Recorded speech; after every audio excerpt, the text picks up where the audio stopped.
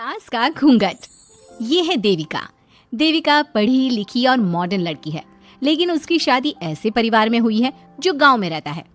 भले ही ये 21वीं सदी है, लेकिन देविका की ससुराल वालों की सोच वो तो 18वीं सदी से आगे बढ़ी ही नहीं।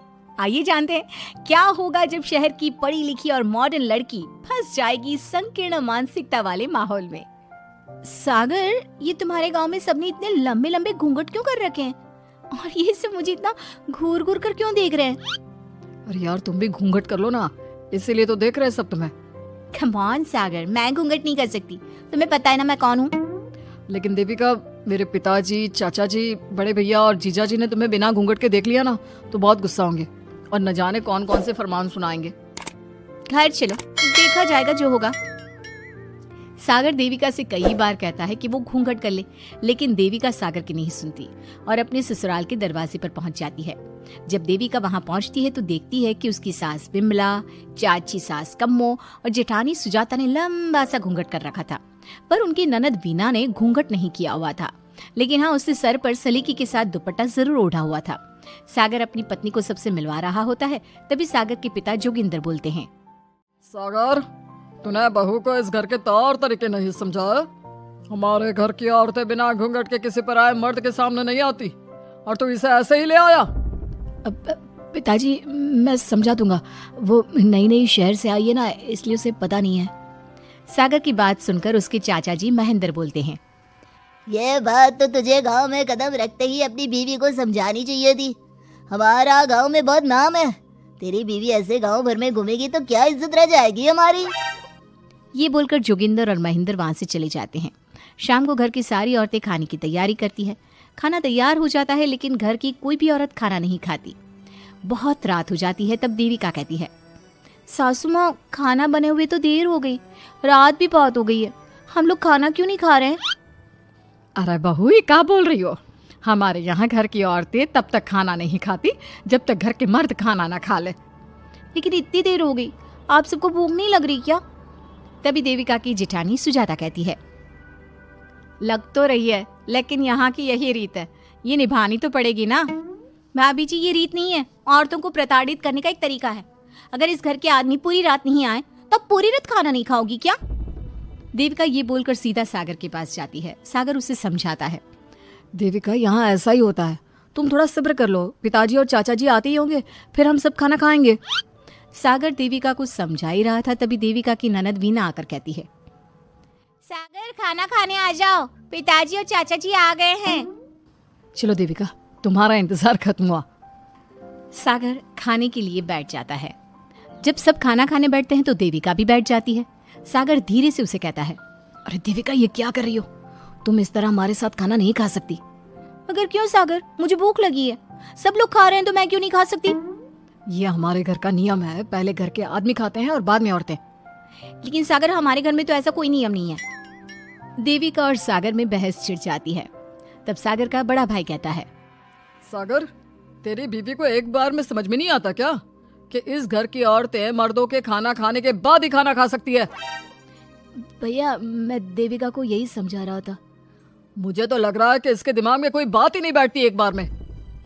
भैया, मेरे दिमाग में बात तब बैठेगी ना जब आपकी बात कोई ढंग की होगी। अरे आखिर क्यों घर की औरतों को आप लोगों की बात खाना मिलेगा? हाँ, अब से पहले घर की किसी औरत ने घर की किसी मर्द से इस लहजे में बात नहीं की थी, इसलिए वो सब देविका की बात सुनकर हैरान रह गए। तभी सागर की जीजा और वीना के पति कल्याण जी कहते हैं, ये क्या है सागर? इस घर की दीवारों को औरतों की इतनी ऊंची आवाज सुनने की आदत नहीं है। अपनी बीवी को बोल जरा होश से काम ले और चुपचाप चली जाए। क्यों चली जाऊं मैं चुपचाप? इस घर की औरतें आपकी हर बात बर्दाश्त कर लेंगी, लेकिन मैं शहर की पढ़ी लिखी लड़की हूँ। आपके कोई भी फालतू के रीति रिवाज मैं नहीं बर्दाश्त करने वाली। इस तरह देविका ने सारे घर की औरतों के लिए मिसाल पैदा कर दी। जोगिंदर के घर में पहली बार किसी महिला ने विरोध का स्वर उठाया है। ये बात घर के किसी मर्द को बर्दाश्त नहीं हो रही है। तभी जोगिंदर कहता है, महेंद्र, मोहन, इस बेशर्म लड़की को कमरे में बंद कर दो और आज इसे कोई खाना नहीं देगा। अगर किसी ने इसे खाना दिया तो मैं उसे जिंदा नहीं छोड़ूंगा। महेंद्र और मोहन उसे कमरे में बंद कर देते हैं और उसे खाना भी नहीं देते। रात के 3 बज जाते हैं। भूख की वजह से देविका को नींद भी नहीं आती। तभी उसे कुछ महसूस होता है। ऐसा लग रहा है कोई दरवाजा खोल रहा है, लेकिन इतनी रात को कौन हो सकता है? कहीं सागर तो नहीं? देविका उम्मीद भरी नजरों से दरवाजे की तरफ देखती है, लेकिन दरवाजा खोलने वाला सागर नहीं बल्कि विमला और कम्मो है। माँ जी, चाची जी, आप दोनों? बहू ये ले, हम तेरे लिए खाना लाए हैं, खा ले। और ये बात ना तो किसी को बताना मत कि हमने तुझे खाना दिया है, नहीं तो हमारे मर्द मार मार कर हमारा बुरा हाल कर देंगे। माँ जी, आप यहाँ इतना घुट घुट कर क्यों रहती हो?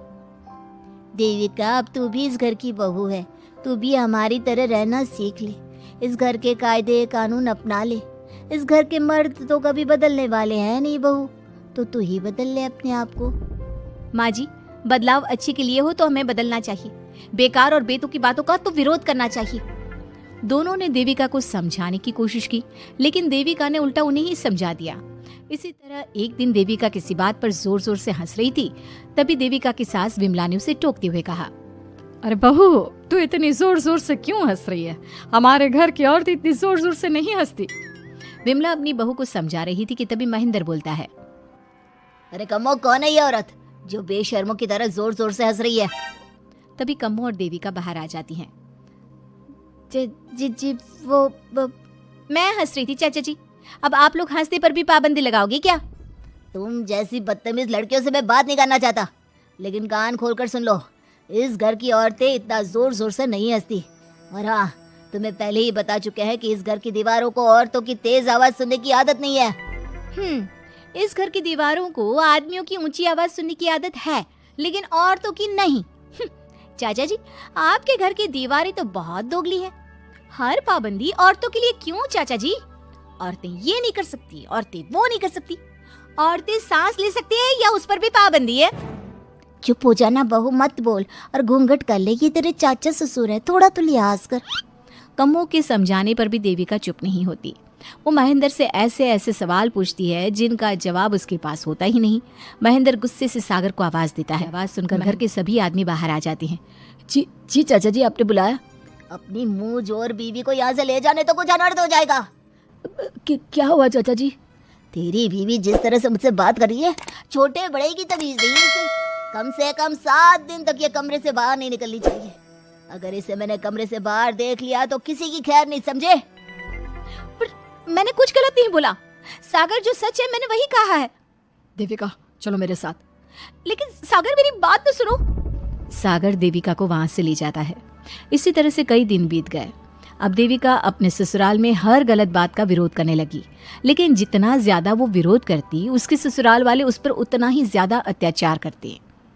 अब देखना यह है कि देविका अपने ससुराल वालों के अत्याचार को यूं ही सहती रहेगी। क्या उसके ससुराल में घूंघट में औरतों का दम इसी तरह घुटता रहेगा? अगर आप इन सवालों के जवाब जानना चाहते हैं ना, तो हमें कमेंट करके ज़रूर बताइएगा। और हमारी स्टोरी को लाइक, शेयर और चैनल को सब्सक्राइब करना ना भूलें।